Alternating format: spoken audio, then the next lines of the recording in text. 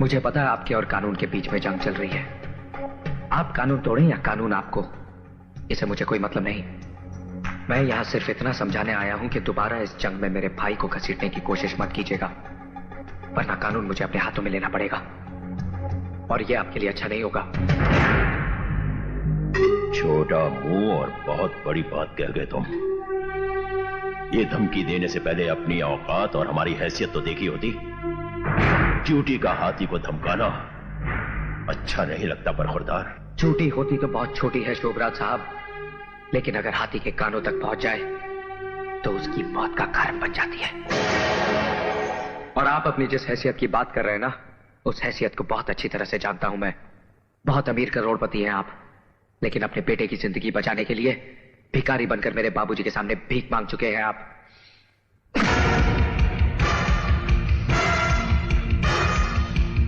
सुना है ये हाथ मेरे बाबूजी के गिरेबान तक भी पहुंच चुके हैं। 10-15 मिनट लोहे के वजन उठाकर कसरत कर लेने से ये मत समझिए कि आप बहुत मजबूत हो गए हैं।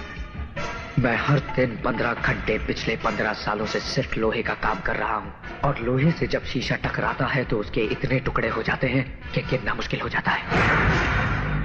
अंग्रेजी में एक कहावत है, एंगर। किसी और को सुनाना। मैं सिर्फ एक जुबान समझता हूं, हिंदुस्तानी, और उसमें एक कहावत है, 100 सुनार की और 1 लोहार की।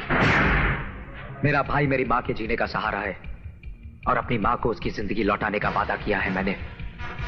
उसकी जिंदगी छीनने की कोशिश करने वाले की सांसें उसके ही सीने में दफन कर दूंगा मैं। याद रखना।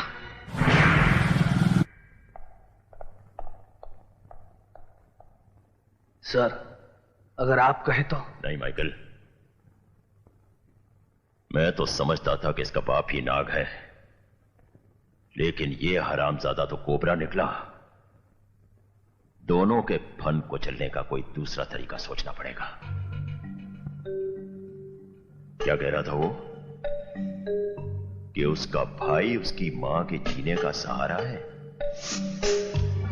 तब तो उस सहारे को जल्द अज जल्द फांसी होनी चाहिए।